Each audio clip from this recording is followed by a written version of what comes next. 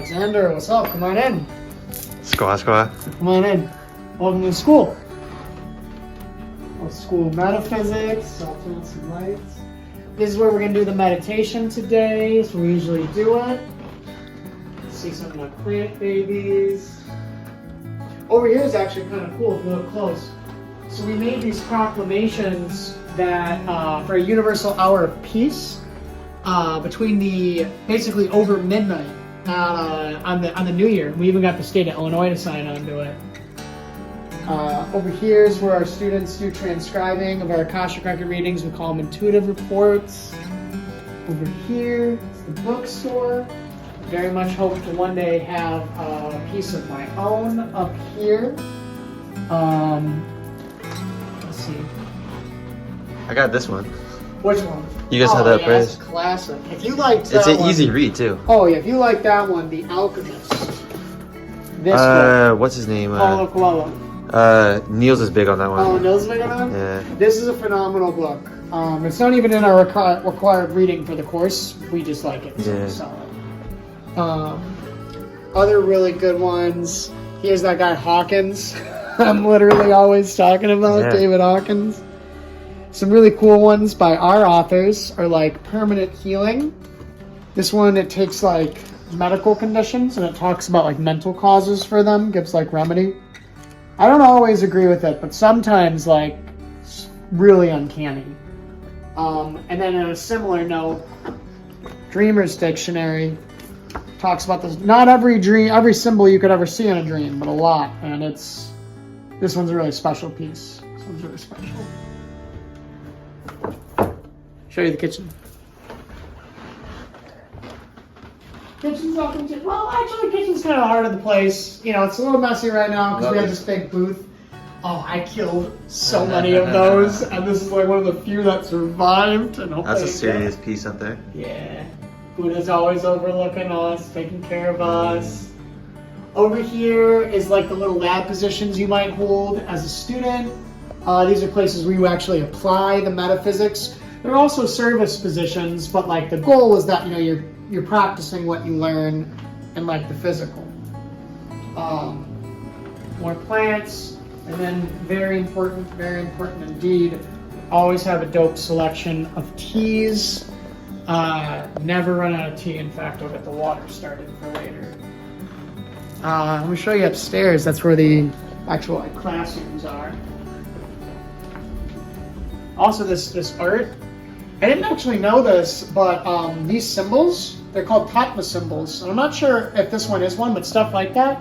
And actually, supposedly, like concentrating on them is supposed to produce different mental effects. Oh wow. Yeah, we do exercise with that in our more advanced lessons.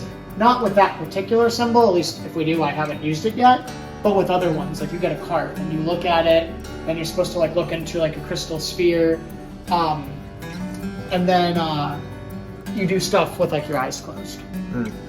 Over here, going upstairs, it might be a little hot.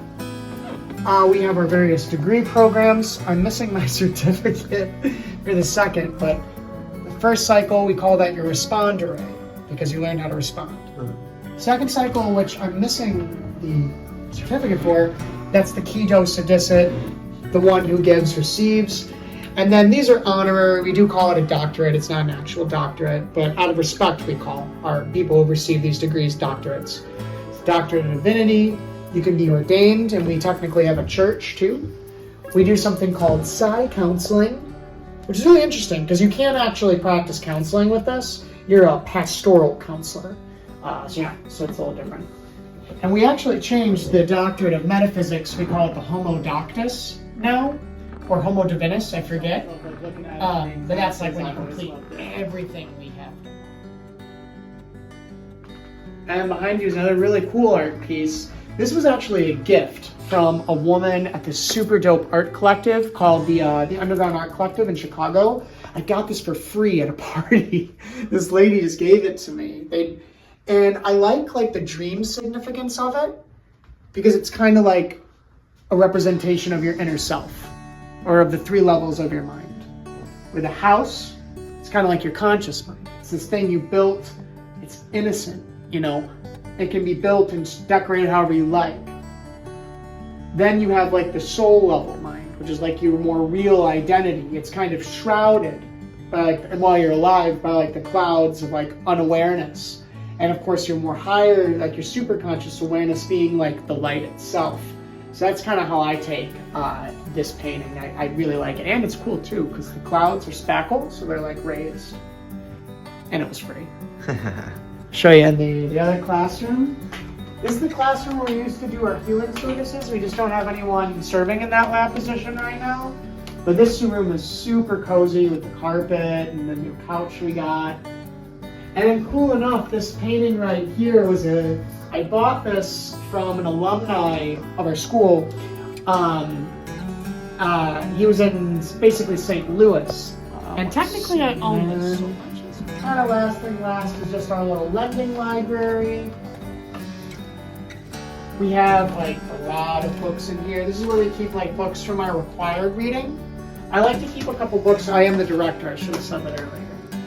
I keep a couple books because like, you know, obviously we do make a little money selling them, but you know, if somebody really can't afford it, but they can pay like their membership fee, I want them to be able to access that as long as they're responsible with the books. A lot of the other books were kind of like donations from all sorts of people, and frankly, I don't think I'd really recommend a lot of them. I actually want to get rid of like most of them and just kind of trim the fat. The good ones I found are mostly over on this shelf. Okay, you got books like Holographic Universe, that's a classic. Autobiography of a Yogi, obviously. Neville, no, I've not read Neville. I've heard he interprets the Bible symbolically, very similar to how my school does.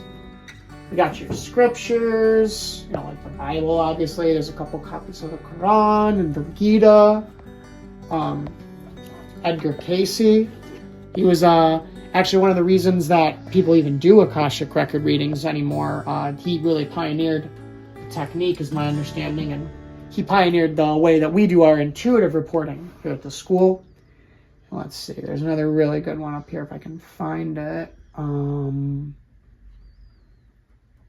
It's called What the Buddha Actually Taught.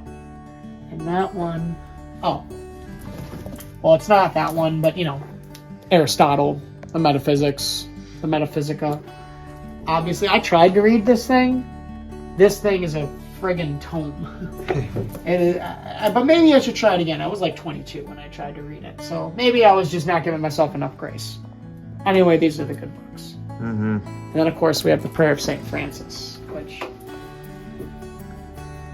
you know, funny enough, this prayer actually came back to me from like 3rd grade, because he was like my patron saint, you know, in Catholic school, because my middle name is Francis, and I'm Italian, and I like animals. This prayer came back to me at one of the lowest points in my life and actually saved me. Yeah, it's a really powerful prayer. A garden that sadly did not get used this year because I have not really done it. Over in the back, there's a bunch of elderberry bushes. Those actually all came from the same original tree from one of our teachers down south. And then it's kind of funny, the story with like back here is this is supposed to be like a fairy garden. I've just been letting it run wild.